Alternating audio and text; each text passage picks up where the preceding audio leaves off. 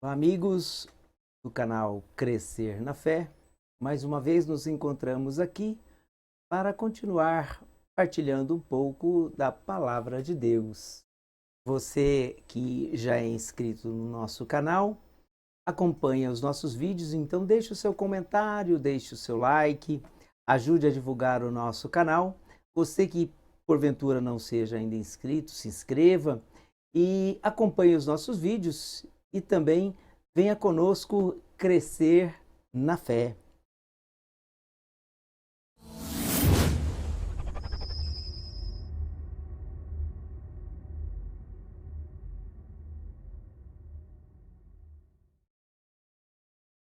No vídeo de hoje, nós falaremos ainda da carta de São Paulo. Trataremos das cartas paulinas. Falaremos hoje da carta aos Colossenses. Uma das cartas também é tida como carta do cativeiro.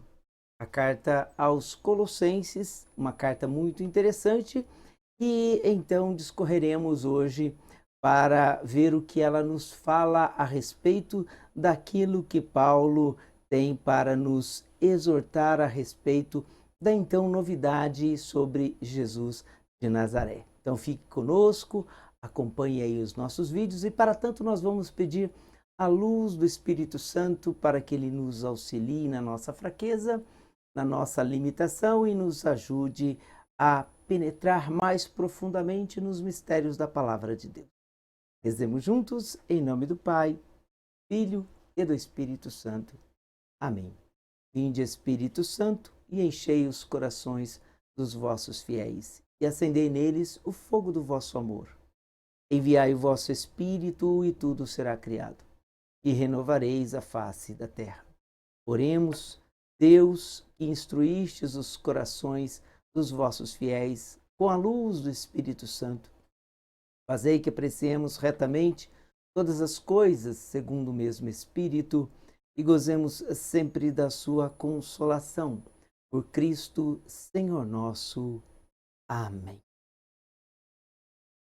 Bem, amigos, a carta de São Paulo aos Colossenses, como dissemos, é uma das cartas tidas do cativeiro. Paulo se encontra preso e, se considerarmos que isso se dá em Roma, por volta do ano de 61 a 62, mais ou menos, seria esse o período em que Paulo, então, escreve esta carta.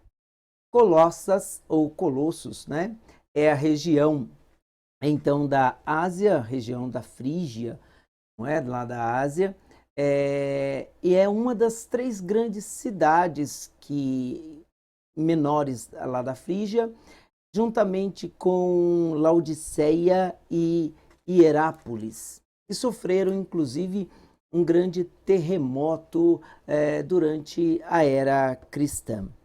Interessante de Colossos, ou Colossas, dependendo da sua tradução, nós vamos perceber que esta carta, que é escrita provavelmente para uma comunidade, que talvez Paulo até nem tenha conhecido propriamente, mas ela vem para tentar corrigir ou alertar para algumas coisas, não é? Interessante percebermos que, como já dissemos aqui também, a literatura bíblica e o Novo Testamento, principalmente, visam estabelecer uma verdade ou defender uma verdade frente a desvios que vinham acontecendo.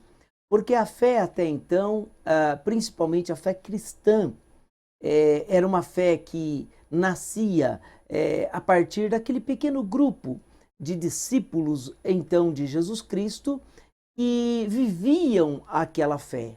A sua primeira preocupação era viver a fé e esperar, inclusive, a vinda do Senhor.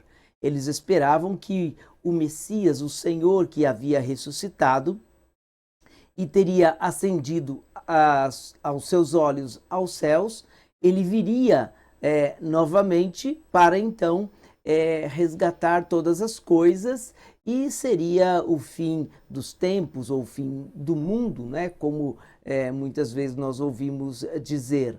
Então a preocupação primeira era vivenciar esta fé.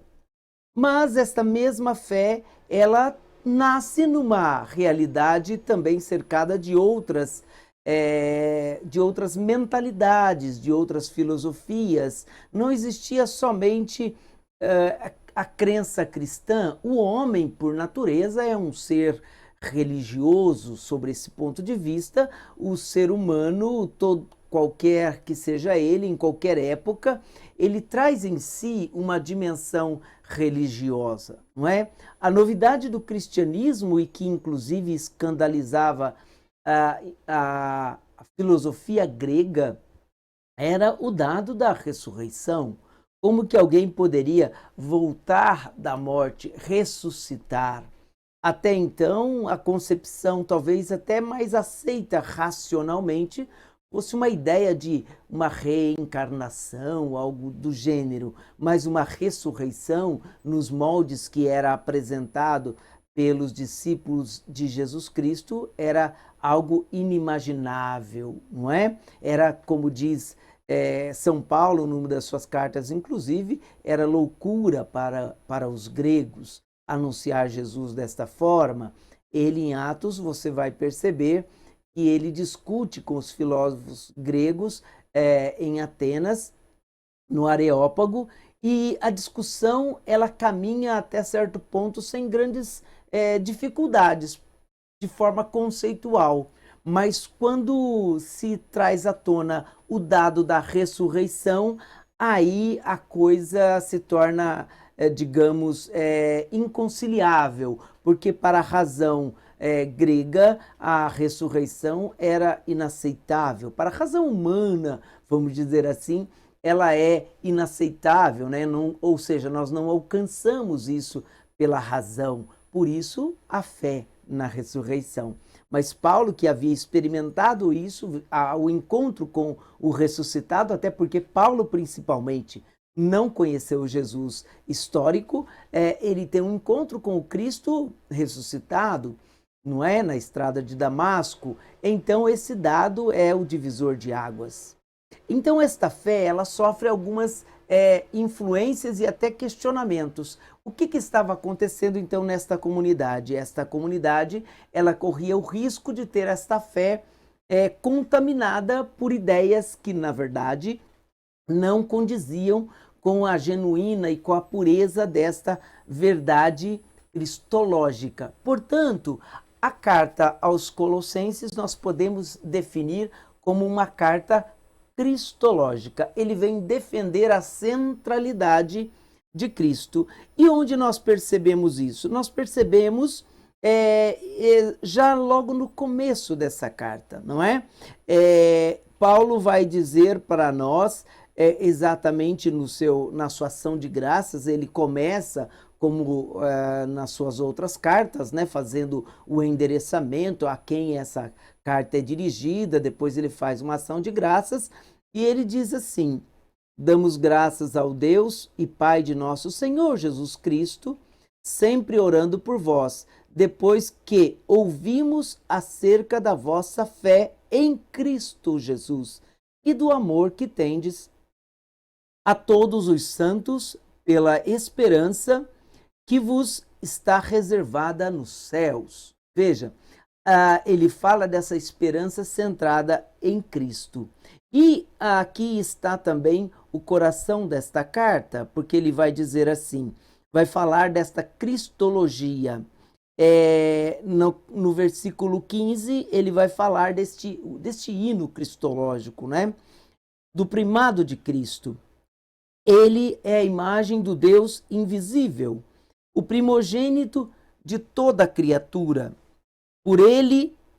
Porque nele foram criadas todas as coisas, nos céus, na terra, as visíveis e as invisíveis, tronos, soberanias, principados, autoridades, tudo foi criado por ele e para ele. É antes de tudo e tudo nele subsiste. E é a cabeça da igreja, que é o seu corpo, é o princípio, o primogênito dos mortos, tendo em tudo a primazia, pois nele aprouve a Deus fazer habitar toda a plenitude e reconciliar por ele e para ele todos os seres, os da terra e os do céu, realizando a paz pelo sangue da sua cruz. Veja, então Paulo aqui ele já faz esse hino cristológico, ele faz essa centralidade de Cristo, ou seja, tudo está vinculado à realidade de Jesus Cristo. Nada do que existe sem essa relação com o Cristo. E o que estava acontecendo?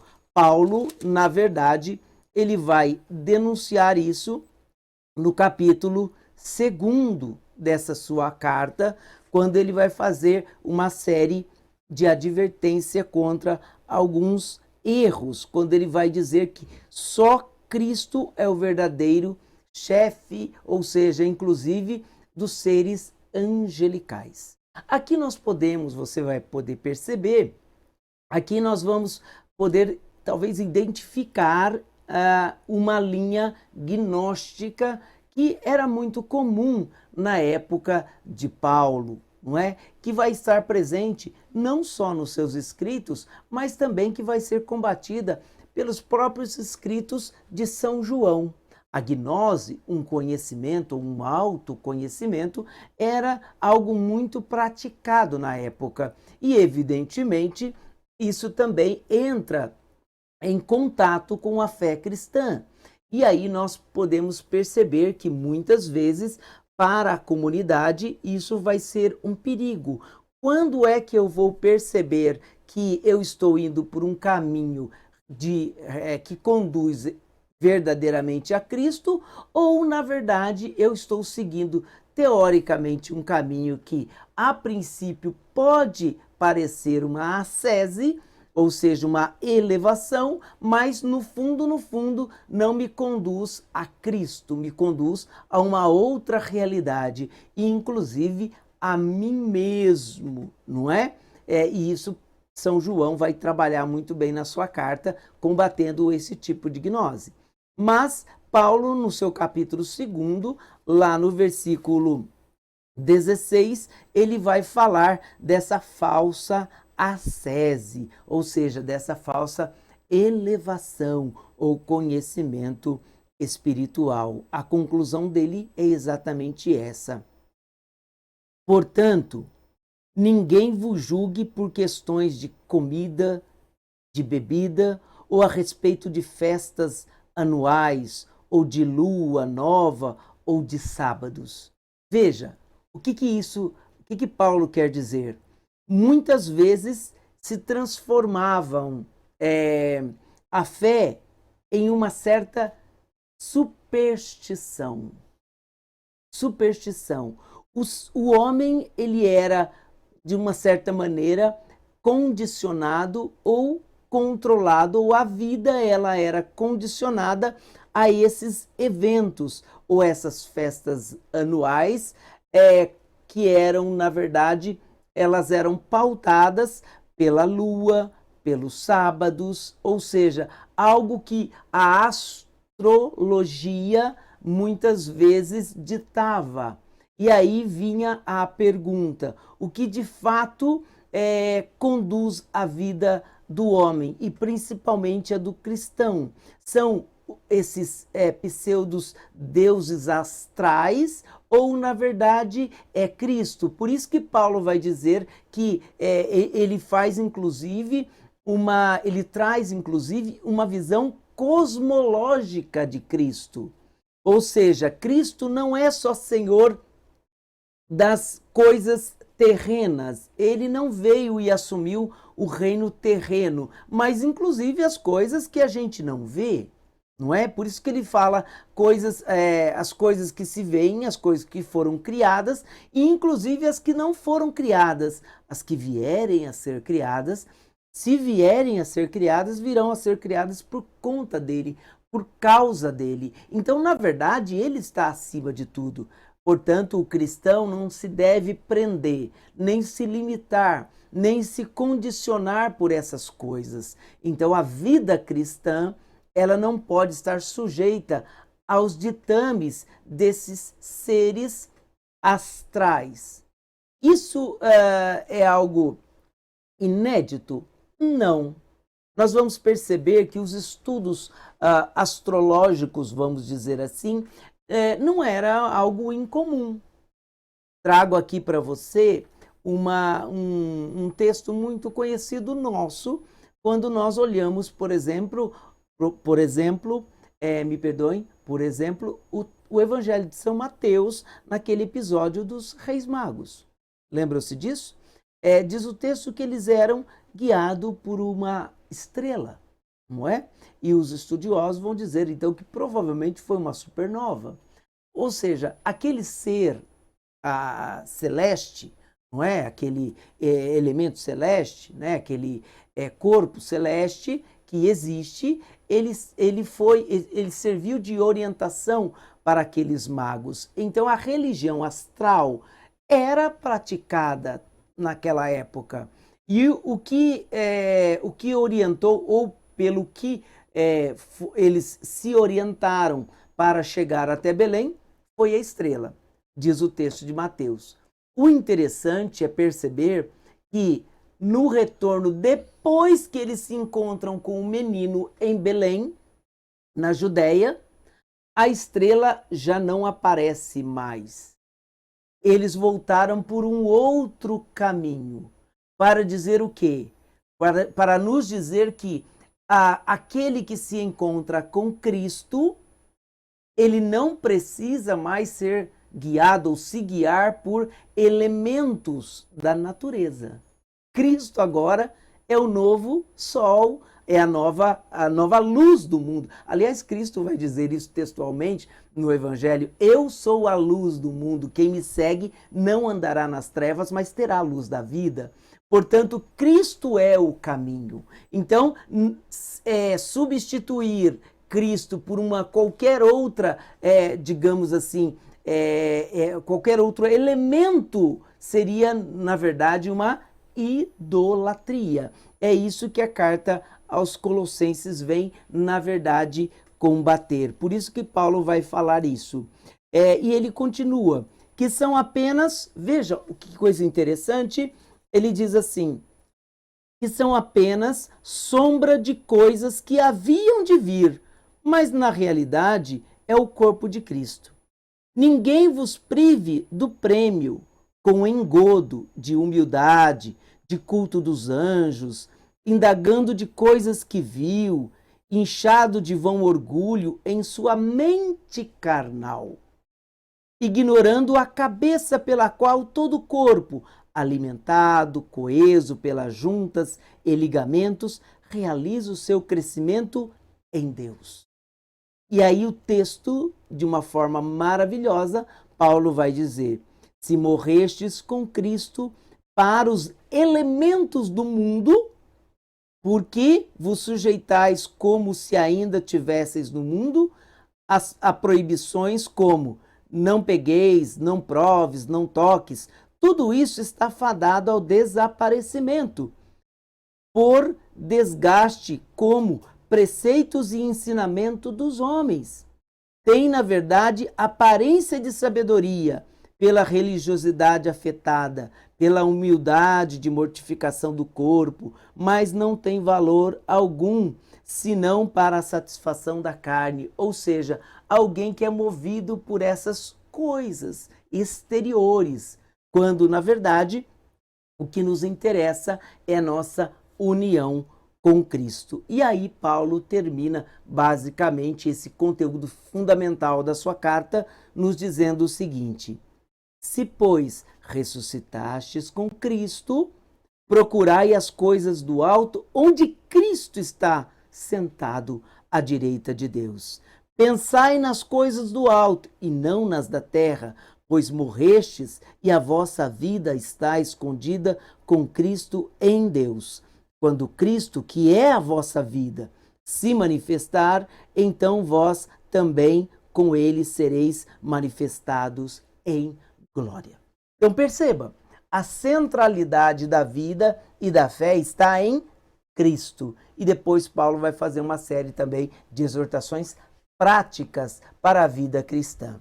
Então a carta aos Colossenses quer, na verdade, colocar digamos, a vida novamente nos trilhos, é um alerta para aqueles que, tendo nascido para a fé cristã, na verdade, ainda se deixam levar por questões de religiosidade, por questões de superstições, por questões de calendários, de festas, muitas vezes vinda, inclusive, do próprio paganismo, não é? Do próprio paganismo. E veja, não que em si isso seja uma coisa ruim, como eu disse para você no início, isso são buscas que o homem vai fazendo. Mas uma vez tendo encontrado o objeto da sua procura, é preciso deixar essas coisas de lado. Por isso que Paulo vai falar nessa sua carta, vós vos desvestistes, ou seja, você tirou o homem velho com suas práticas e vos revestistes do homem novo, que se renova para o conhecimento segundo a imagem do seu Criador. Então é deixar o homem velho e se revestir do homem novo, ou seja, de Jesus Cristo. Então aquilo que nos inspirava, aquilo que nos motivava, que poderia ser até certo ponto, de certa forma positivo, porque nos ajudava, agora não nos ajuda mais. Não é mais necessário.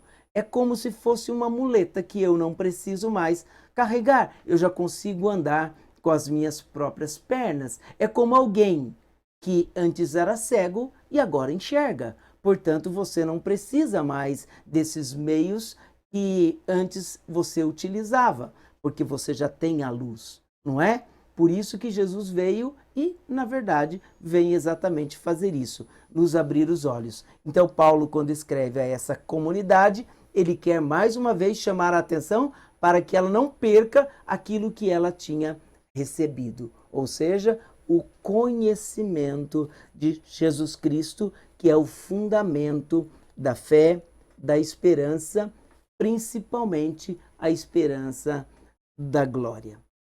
Que você possa aprofundar o seu estudo nesta carta e que, assim como disse Paulo, você possa desvestir-se do homem velho e revestir-se do homem novo dia após dia. Amém? E até o nosso próximo vídeo.